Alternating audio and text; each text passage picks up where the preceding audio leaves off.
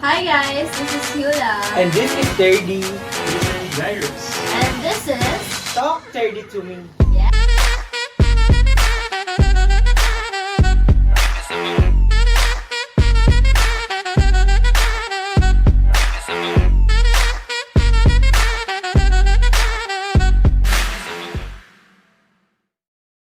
Hi guys, this is Hula. And this is 30. This is Cyrus. And this is... Talk 30 to me. Yeah! Yeah. So for today's episode, pag-uusapan natin kung ano nga ba ang mga misconceptions ng older generation sa aming mga Gen Zs. Yes naman. That's true. So for our first question ay, what do older people do not understand about Gen Zs?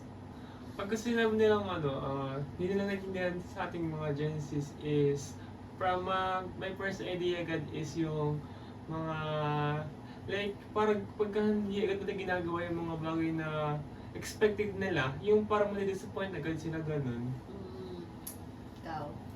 So sa akin naman, sa mga bagay na akala nila madali lang. Kasi kumpara sa panahon dati, di ba sa panahon dati parang batak talaga yung mga sa generation nila. Parang batak sila sa mga gawaing bahay. Tapos tayo is parang nakaasa na lang sa sa mga magulang, ganon. Tapos sila is independent. Tapos bawal sila. Bawal nilang gawin yung ginagawa natin sa panahon nila dati. Di ba? Tama. Tama nga. So sa akin naman, feeling ko is kung ano man ang hindi nila naintindihan is yung way of way of Uy, ano ayun yan? yung lifestyle natin, mga Gen Zs. Yun. So, kung paano tayo sa araw-araw, kung para sa tingin nila, tamad tayo, parang, yun nga, sabi ni 30, parang nagre-rely tayo sa mga bagay na for them madali lang. Pero syempre, growing up, ganun yung nakasanayan natin. So, yun. Ayun, yes naman. Very relatable talaga siya sa mga Gen Zs.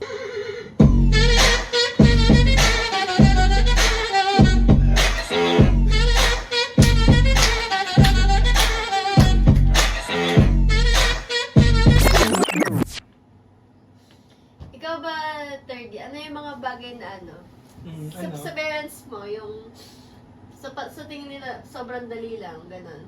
Pero nahihirapan ka. Sa mga utos kasi nila. Pero madali lang naman talaga. Siyempre, ako tamad din. Ayan. Hindi ko agad nagagawa siya. Kasi, sanay kasi ako nandyan palagi sila sa akin. Kaya yung mga bagay na madali is, kala ko mahirap. Kasi nasanay ako na ginagawa nila yan for me. And minsan, wala sila. So, para sa akin, ang hirap ng mga bagay na pinapagawa nila. Kasi nakasanayan ko na yun, di ba? Tama. Ikaw, Cyrus, ano yun sa'yo? Ano nagtanong? Uy, nakalimutan naman agad nito. Dali.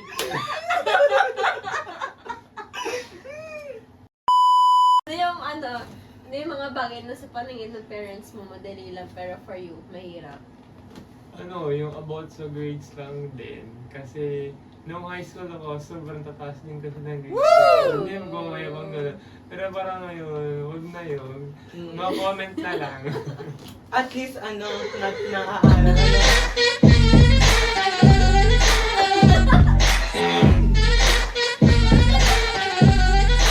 Sarap po Ayun, usapang misunderstood.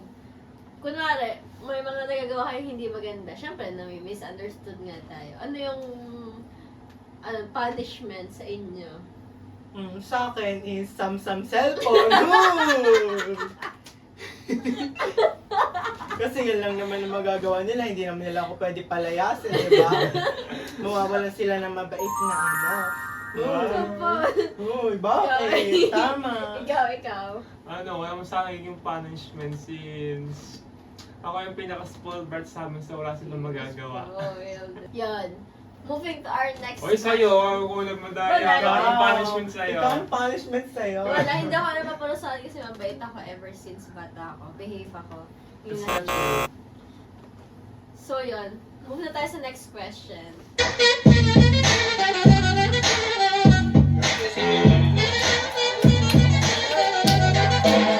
Mga dyan. Yan. Next question ay, how older and younger people understand each other? So, paano nga ba yung, syempre may iba't iba tayong beliefs. Paano maiintindihan ng isa't isa? Yung, ano? Ano yan? Tayo, pakiulit ha. May ginaglalading ka dyan. Yan. Syempre may iba't iba tayong beliefs. Paano nga ba maintindihan ng older generation yung younger generation? So, para sa akin, mahirap naman talaga intindihan kasi magkaiba naman yung panahon natin eh. Hindi naman natin siya pwede ipag-compare. Pero, sa panahon ngayon nga na talagang nga ang mga Gen Zs na, Wow. wala na yung mga matatanda dyan. Ay, joke lang po, joke lang po.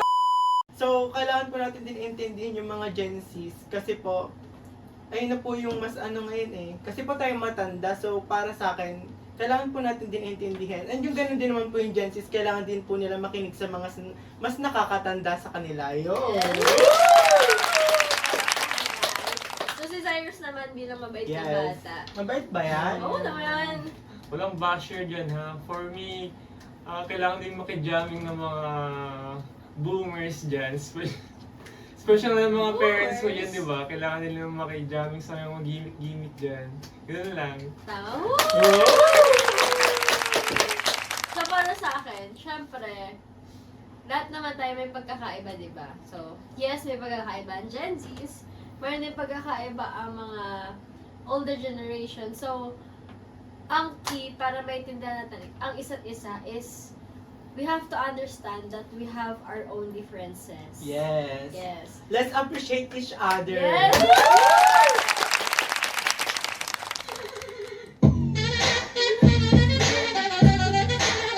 Sunod-sunod na rin ah.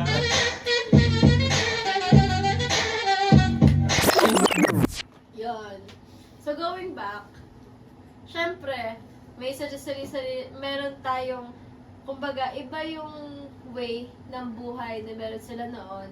At iba na din yung way ng buhay ng Gen Z ngayon. Syempre, namumuhay tayo sa technology. So, talagang magkaiba yon. So, kailangan natin tanggapin na meron tayong differences. And through that, maintindihan natin ang isa't isa, di ba? Yes. Oh, Perfect. natouch ako. Grabe. And for example, this is yung yung sa mga matatanda, di ba dati, nung kabataan nila, like dati pag may naiibigan ka, huy! Magpapadala ka lang ng letter, ngayon pwedeng parinig ka na lang sa IG, huy, crush kita with song pa yan. Ganun ka ba, 30? Dati, Cyrus, ganun. ganun Hindi yun ako hanggang ganun. ngayon. Sino kaya? Sino kaya? Kilala na yan. So, yun. Ano ba, ikaw, Cyrus, for you, ano yung common differences ng mga elder generation? Yung medyo like tawag doon, sensitive yung mga Gen Zs. Sensitive yung Gen Zs and very insensitive naman yung older generations. Like they can say whatever things they want, but when it comes to Gen Zs, it's kind of hurting to us din. Tama. Tama. Oh. Kasi di ba syempre, sa kanila noon, normal lang yung mga ganung bagay. Yes. So, for our third question, pangatlo na tayo, guys. Describe Gen Zs when it comes to work. Let's go, 30. So, kami pong mga Gen Z is wala pang trabaho. Tulad na yung mga students pa lang, like grade 12 pa lang kami, di ba? So, wala pa kaming trabaho like yung sa mga professional work, ganon. But, para sa akin, napapagod din kami when it comes to schoolwork, sa assignments, sa project, and sa sobrang daming quizzes na sunod-sunod na. Hoy, sino kaya yun? Nagpapaquiz na sunod-sunod. Ay, joke lang po yun. Joke lang. Ano tanong? Ano daw, paano mo describe yung mga Gen Zs tayo when it comes to work? So, addition kay kay 30, pag kasi nag-work yung Gen Zs is, kung naireklamo lang kami, pero alam namin sa sarili namin na kaya namin gawin at kaya namin tapusin yeah. yun. Yes, kasi wala namang kaming choice, di ba? Babagsak kami. Ayaw ko naman maging back to grade 12. Magka-college na ako. Oh, Sure ka ba? Ka-college ka? Next question, please. So tell us, tama ba ito your experience? Tell us about your experience, Experience. and emotions, and opinions about the works. Yun. Tulad nga na sinabi nila, more on time, kami mga Gen Zs, more on reklamo, ganon. Kasi, syempre, hindi kami nasanay sa hirap ng buhay na meron ang mga Noon, older generation. yes. Kasi talagang sila, kailangan nila pagtrabahuhan, kung may kailangan sila hanapin, talagang kailangan, Kaya nga. wala silang technology, so kailangan talagang paghihirapan nila kung ano man yung gusto nilang mahanap, kung anong gusto nilang makuha. Compare sa life ngayon, sa generation ngayon na, ayan, may internet na, technology, so, type-type ka na lang dyan, Yes, girl, type-type ka na mahahanap lang. mo na. Tsaka yung mga needs namin, nandyan na lang, parang ihahain na lang sa'yo, di ba? So, Para ka diyang prinsesa ng buhay niya. Yes. Uy, parang iba na yan. Uy, iba na pala yan. kaya yon ending, parang sa ganong lifestyle kami namulat. That's why, ngayon, parang mahirap na sa amin yung mga bagay na para sa older generation. Madali lang. Kaya kami, reklamo siya, guys. Tama. Tama. So,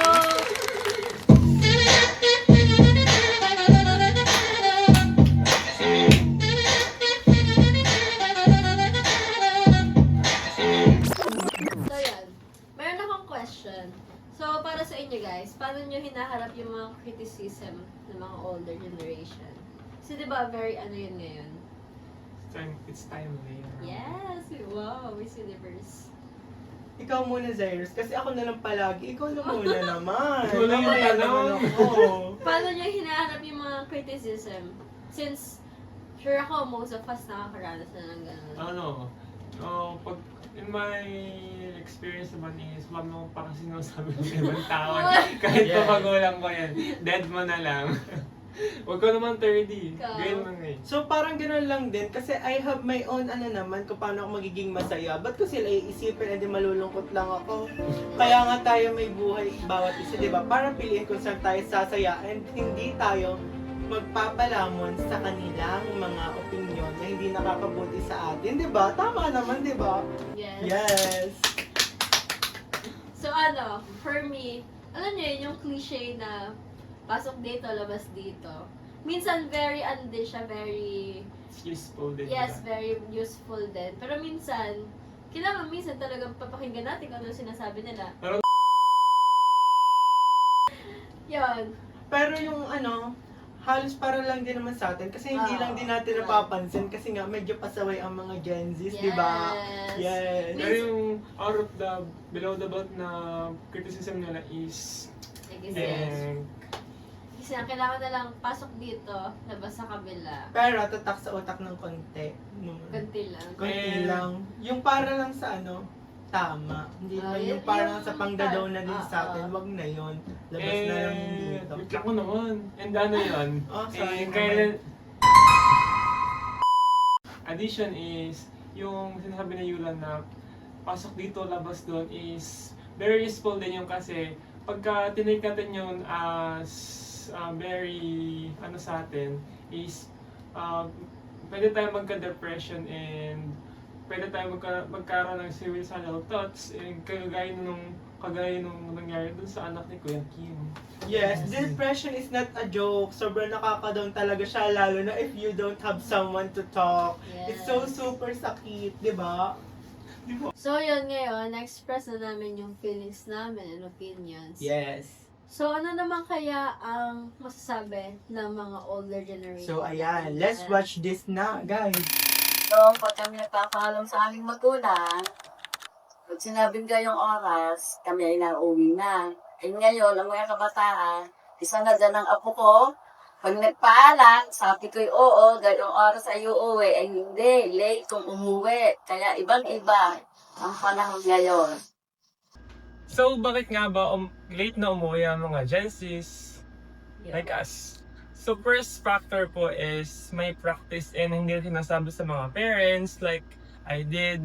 Second one is may gala with jowa Oh, ikaw Third yun. one is, may ano lang, gala lang with friends. For me kasi, minsan, yung mga Gen Z, they want to step out sa kanilang comfort zone. And minsan, syempre, yung kunwari, yung mga Gen Z kasama nila sa bahay is parents nila or mas matanda sa kanila. Minsan, they feel like hindi sila naintindihan. Kasi nga, syempre, magkaiba yung mindset natin, di ba? Kasi nga, iba yung kinalakihan natin. So, minsan, yung mga Gen Z, mas nahanap nila yung, yung, mas feel nila, mas naiintindihan sila ng mga friends nila. So, they want to spend most of their time with their friends. That's why. Yes, kaya ang especially sa mga ka-age namin dyan, like sa mga friends talagang takbuhan kapag ka may problema. Yes naman. Kailangan ngayon, sasakay sila, hindi katulad namin dati na nilalakad lang. Mula dito hanggang Nasugbu, nilalakad lang namin yon. Ngayon, ang lapit-lapit, dito lang, at saka sa palengke, kailangan pa sumakay, kailangan pa may motor sila. Yon, kami, ang baon lang namin dati, piso, 5 piso. Pero ngayon, ang baon ng estudyante ay 200. Hindi pwedeng 5 piso lang. So, dati nga po is yung value ng pera is mababa. And ngayon sa panahon ngayon ay mataas ang value ng pera. For example na lang is yung sa pamasahe. Kasi ang ngayon, ang mahal na ng pamasahe, grabe, pwede na makabili ng 3 burger. Ano yan? Tapos dati, ang pamasahe lang nila 5 piso. So, kinukumpara nila. Kunyari, bibigyan nila tayo ng baon. Kailangan, mapagkasya nyo yan. Kasi nga kami dati, pinagkakasya namin. Tapos kayo, hindi nyo naman kayang gawin yon. So, para naman sa akin, may point naman. Kasi hindi nga madaling pulutin ang pera. Kasi pinagtatrabahuhan talaga ito. Pero, may point din naman kami. Kasi nahihirapan din kami. Kasi hindi naman namin kasalanan na mahal yung mga pamasahe, bilihin namin. So, ayun lang. So, ano masasabi niyo about doon? Para pang officials, yun lang. Yes. Yes. Kaya Yan. kaya mataas yung bilihin dahil Sa kanila yan. yes, inflation. So, at ang panglas naman natin, and this is very controversial. Uy, ano yun? And Grabe the- naman. Dapat ulat ko din, Miss Yola Panaligan. And the most common issue na meron ang Gen Z is about panggulat ka. Sa love life. Kaya masasabi ko, parang mas totoo ang pag-iibigan noon kumpara sa ngayon. Kasi ngayon, mag-boyfriend ngayon, maya-maya, nagparaan lang ng ilang araw, ilang buwan, break na agad, iba na naman ang kanilang boyfriend, iba na naman ang girlfriend. Yun ang nakikita kong pagkakaiba. Parang mas totoo noon kumpara sa ngayon. It's Cyrus love life. Okay, parang may Boy, nababalitaan. pa hindi ako yan. So, yan. So, siguro kaya, ito yung very common na issue is because Uy, if ma-observe, Grabe. if ma-observe nyo, yung love na meron yung older generation is very sincere. Diba? Yes. So, mga very sincere talaga sila. Grabe. yes. Sila siguro yung epitome ng date to marry kasi talagang once na nakilala nila, talagang yun na yun talaga, pamakasalan na nila.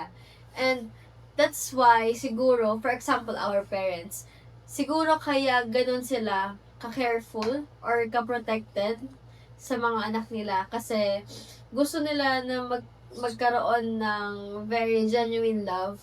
If may makikilala man yung mga anak nila, gusto nila genuine love talaga siya, di ba? Yes. Yes. For the better kasi. Oh, yeah. Para lang din naman sa mga anak nila yan, kaya nila sinasabi. So, intindi din namin siya. Yes. Yes. And that's why very mataas din yung standard na meron yung mga parents So, natin. hindi natin sila masisisi. Kasi para lang din naman talaga sa atin ang ginagawa nila, di ba? Yes. Yes.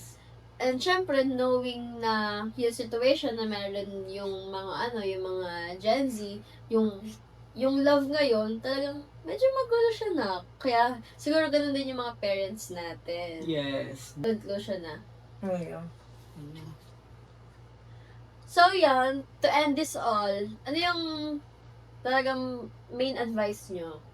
So, para sa akin, ang main advice case makinig lang tayo sa kanila. So, kahit na masakit siya, so, pag sobrang sakit na talaga ng binibitawan nilang salita, so, okay lang din na ilabas lang natin siya sa kabilang tenga, pero itutak din naman natin siya sa utak, bilang guide din sa atin, kasi nga, para din naman ito sa atin, kahit na minsan ay grabe naman ma-personal na, sobrang sakit na talaga, grabe na yan. Pero para din naman talaga ito sa atin, di ba naman Yula?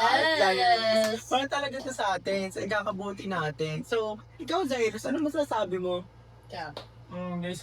Based on my experiences, ano lang, ginagawa ko lang is sumunod na lang and wag na lang pumatol po or may gawin pang kung ano para furthermore ma-disappoint yung parents natin. Ganun lang. Very good child Yes. material, grabe naman. Ako siguro yung 2H, yung humanity and humility. Oh! 2H. Yes. Hindi H2O, iba pala yun. Hindi pala ito. Water yun, right? Yes, iba pala to. So yun, siguro for me, kung meron tayo ng ganong bagay, we'll have peace. Wow, Yes, oh, peace, right? Yeah. Sino ba naman ayaw magkapis, di ba? Grabe naman. Ano yan? So yun, siguro if meron ganun tayo, kaya nating maintindihan kahit iba't iba tayo na paniniwala, iba't iba yung lifestyle natin, iba't iba yung kinalakihan natin. If meron tayo nung dalawang yon, mas madali nating maintindihan ng isa't isa. Yes. Yes. Kasi tayo lang din naman ang magtutulong. Sino pa ba ang nandyan para sa atin, di ba? Yes. Yes! Grabe naman. Once again, this is Talk 30 to me.